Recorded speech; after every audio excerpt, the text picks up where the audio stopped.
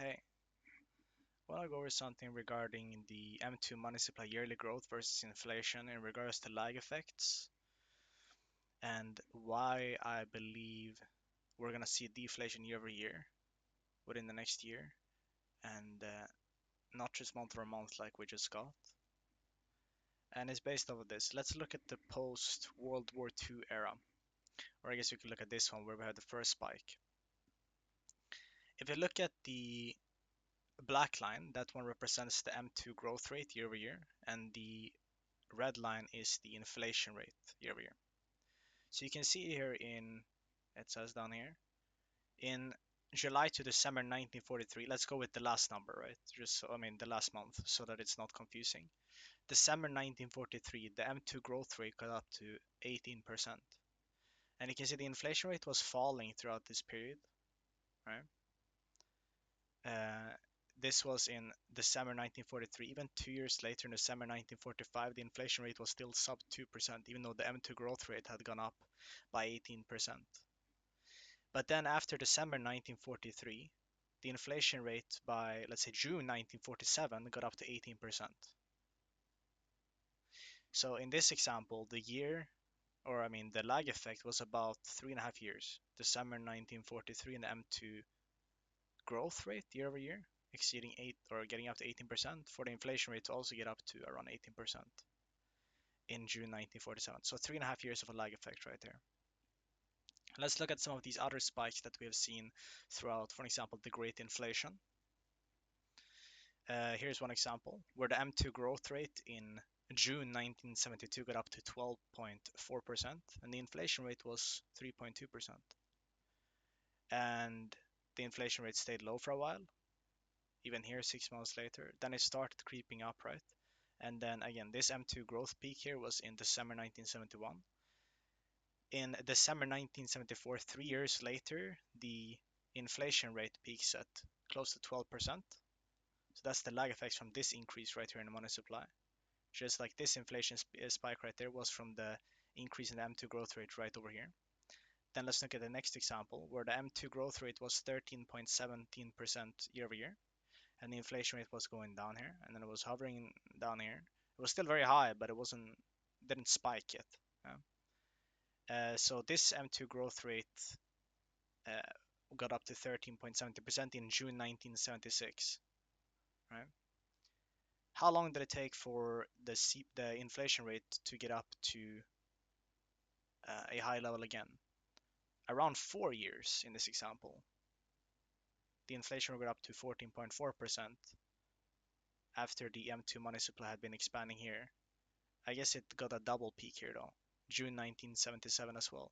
So about, what would that be, 3 to 4 years? These two spikes right here led to a lag effect of about 3 to 4 years for the inflation rate to spike up. Over here we saw a M2 growth rate in 1983 getting up to 12.3% and the inflation rate really didn't spike. Uh, Same over here. I guess you could argue that this is partly because of globalization as well. A lot of really well-educated economists argue that the perfect M2 growth rate should be around 7% for 2% inflation in a modern economy. And that is partly because, again, you got to keep in mind that the inflation rate does not go up as much as the M2 growth rate with globalization and capitalism encouraging people to produce more goods and services, and therefore leading to what I would call healthy deflation, right? Which is very different to deflation caused by a currency supply contraction, right? Because that's depressionary. Whereas if you get productive disinflation is the word for it, that could lead to healthy deflation. Um, and then you can see here in prior to 2008, the M2 growth rate didn't really explode or anything here, but we had an oil price shock here, which led to the inflation rate getting up to 4.24% here. This is not actually accurate. It got up to 5.6% in July of 2008. Because again, this is looking at it not from a month-over-month perspective, it's looking at it from like a 6-month perspective. So it's not like a perfect number. But then you see the M2 growth rate right here in June 2009 didn't lead to inflation for a while until when? December 2011. So about 2.5 years from that point onward as well. And then we can look at what happened here during COVID. In It's obviously not July to December 2020 perfectly. They started expanding it in March and April primarily of 2020. But the M2 money supply growth rate year over year got up to 24% by December 2020. And you can see right here the inflation rate, while the M2 growth rate was 24%, was only 1.23%. And then from, say, when the M2 growth rate year over year in December of 2020 was 24%, it took until June of 2022 for inflation to peak at 8.3%. It got up a bit higher, 9.1%, but again, this is looking at it from a 6-month candle perspective, right? And then ever since then, we have had a M2 growth rate contraction of 3%. So if going back on this chart, right, it takes about 12 to 36 months for the change in the black line to reflect the change in the red line. If we're currently sitting at the contraction, you can see the only times we've seen contractions before, right here, was during the Great Depression, during another depression in the early 1920s, which was a depression. It was actually called the Great Depression, just that the Great Depression of the 1930s was so much worse that that's what we now know as the Great Depression. But this was also a depression right here. And then it also happened right here in December 1893, and you can see by June 1894, we were at a 13.2% deflation reading, right? And yeah, it's typically not a very good sign when the money supply contracts. It's extremely depressionary. You also have it right here, where the M2 money supply is going down, and then inflation crashes, and you start seeing deflation, right? So according to this, based off the lag effects,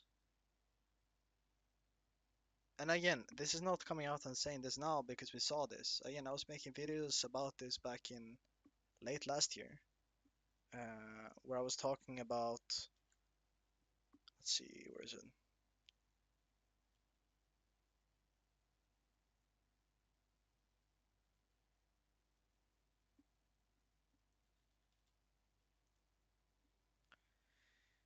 Lags in the money supply tells us this deflation is coming Q3, Q4 of 2024 in December of last year, right? Deflation is coming soft landing to our fantasy, right? So if we're seeing deflation year, month over month, I believe we're gonna see it just based off the money supply, right? You can see the lags in the money supply and how it doesn't happen instantly, but with a lag of 12 to 36 months. From June of 2023, and if we open a chart of M2 money supply from the Fed website, right here, and then we do a percent change from a year ago, you can see that this got negative here in April of 2023. So if the year over year change in money supply here was 26.7% in February of 2021, so a close to 27% expansion in the money supply in February of 2021, and the inflation rate, again, nothing happened here with the inflation really in 2020. You can see it on the year over year. CPI, not that. One sec.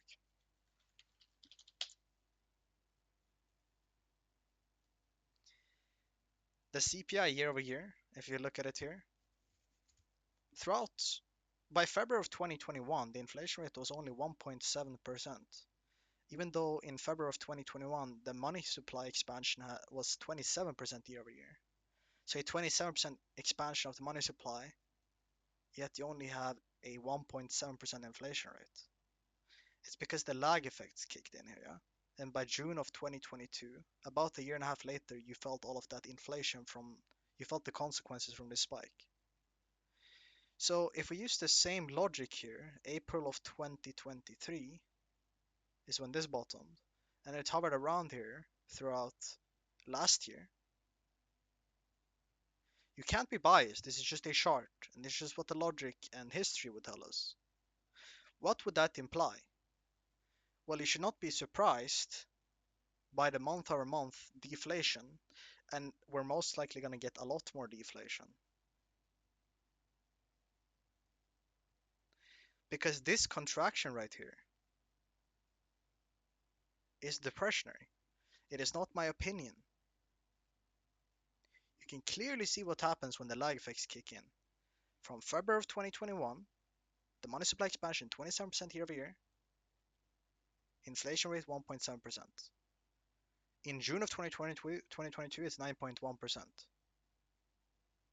But the money supplies were in June of 2022, 5.7%. You can see the lag effects very, very, very clearly here. Okay? So yes, it's heading back up right now, but we have not felt this. We're starting to feel it now according to the month-over-month number. This is why they're playing a very, very dangerous game here with playing with the money supply. It's extremely dangerous. And every single time, again, want to be very clear, you may think deflation is good. It's not good. It's terrible. I bring it up all the time. Ben S. Bernanke, deflation, making sure it doesn't happen here. November 21st, 2002. And the conclusion is that sustained deflation can be highly destructive to your modern economy, should be strongly resisted.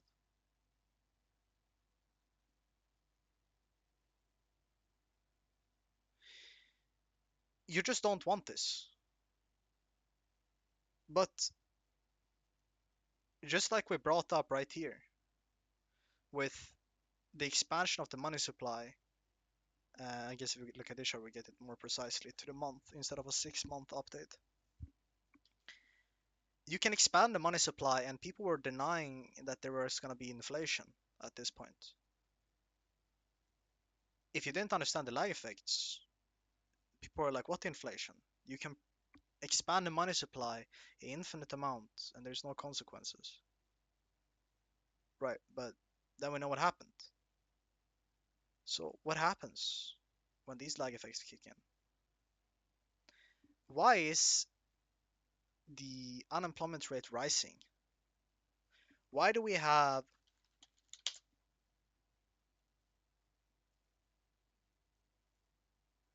you tell me on this chart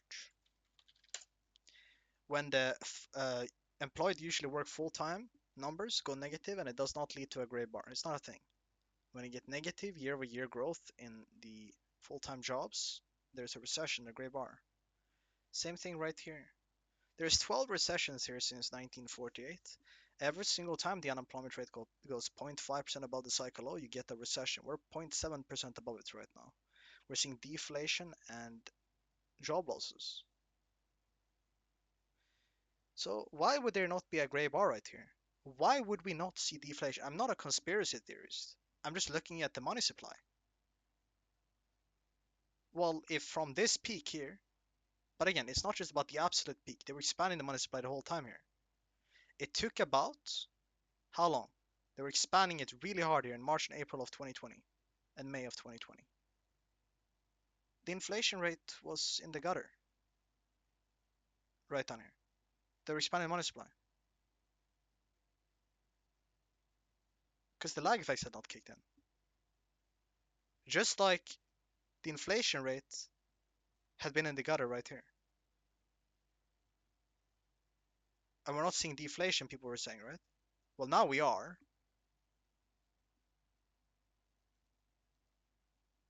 It's clear as day that 2024, the rest of 2024 and 2025 will have deflation. And deflation in a modern economy is depressionary. I just thought this was interesting because we keep hearing these people talking about how, oh, inflation is so bad. Yeah, the cumulative inflation, like the prices won't go back to 2019 levels, but they're not going to stay elevated. And it's clear as day in the data. This year-over-year number is going to go negative 12 months from now based off of the money supply.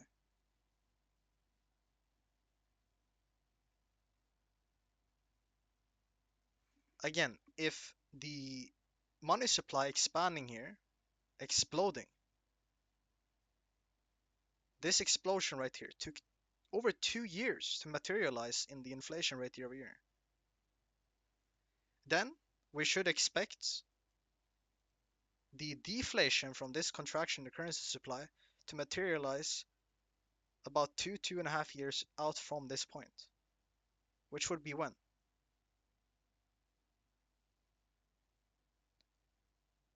Right around now, until the end of 2024, going into all of 2025, should see serious deflation. Just understand the lag effects here. That's the whole point of the video. Take care, peace.